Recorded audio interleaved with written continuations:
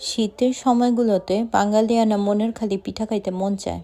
তো সেই দিন বিকেলে আমার বড় স্টেশন ওই চাচির পিঠাটা খাইতে খুব মন চাচ্ছিল। এই তো বড় স্টেশন চলে আসলাম। চলেন বড় স্টেশনের ভিতরে ঢুকে যদি এখানকার সেই চাঁদপুরের বিশিষ্ট বড় স্টেশনে ইলিশ মাছ আপনাদেরকে না দেখায় তাহলে কি হয়। এই হচ্ছে সে বিশিষ্ট ইলিশ মাছ। এই ইলিশ মাছটা দেখতে এবং চাঁদপুরের ইলিশ মাছ খেতে দূর দূরান্ত থেকে টুরিস্টরা আসে। তো একটু ভিতরে এই যে চাচির দোকানে চলে আসলাম। চাচি নাকি বিগত 8 বছর যাবৎ শীতকাল এলেই এখানে পিঠা বিক্রি করে এবং ওনার পিঠাটা এত মজা, গিয়েই দেখেছিলাম। দোকানে অনেক ভিড়, পরে এখানে আর বসি নাই, পুরো বড় স্টেশন জামাইবাবু ঘুরছিলাম।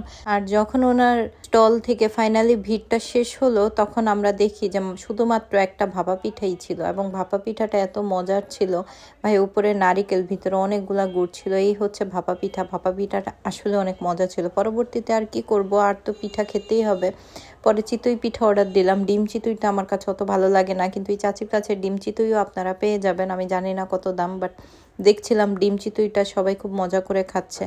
আমি যেহেতু ডিম চিতই খাই না, আমার কাছে এই চিতই পিঠাটাই ভালো লাগে। ভাগ্যক্রমে যখনই আমরা কোথাও খেতে যাই, কোথাও খেতে বসি, তখন আশেপাশে কিছু মানুষের দেখা আমরা পাই যাদেরও পিঠা খেতে বা যে কোনো আইটেম খেতে খুব ভালো লাগে, তাদেরকে খাওয়াতে খুব ভালোবাসি।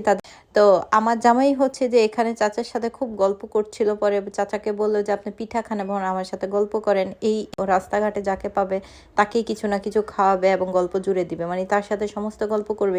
আমি এখানে দেখছি সে একদম মন খুলে তার সাথে গল্প করতেছে। চাচার বাড়ি কই, চাচি কই, চাচুর বাচ্চারা কই, নাতি নাতনিরা কি করে, মানে সব কিছু তাকে ডিটেলসে তার শুনতে হবে। আমি পরে কি করব, বসে বসে দেখলাম ভর্তার ভিডিও করি। আর কি করব। এটা ছিল হচ্ছে ধনিয়া পাতা কাঁচামরিচের ভর্তা, এটা ছিল শুটকি ভর্তা। আর সবচেয়ে লাস্টে আমি দেখাচ্ছি শুটকি ভর্তাটা অনেক মজা ছিল, অনেক ঝাল ছিল। এটা ছিল সরিষা ভর্তা।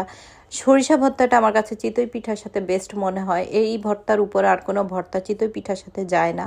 তো এই হচ্ছে আপনাদেরকে। তারপরে আমি যদিও ডিম চিতই খাই নাই, তারপরে ডিম চিতল পিঠাটা আপনাদের দেখায় দেই যে ডিমটা খুব সুন্দরভাবে নাড়তেছে।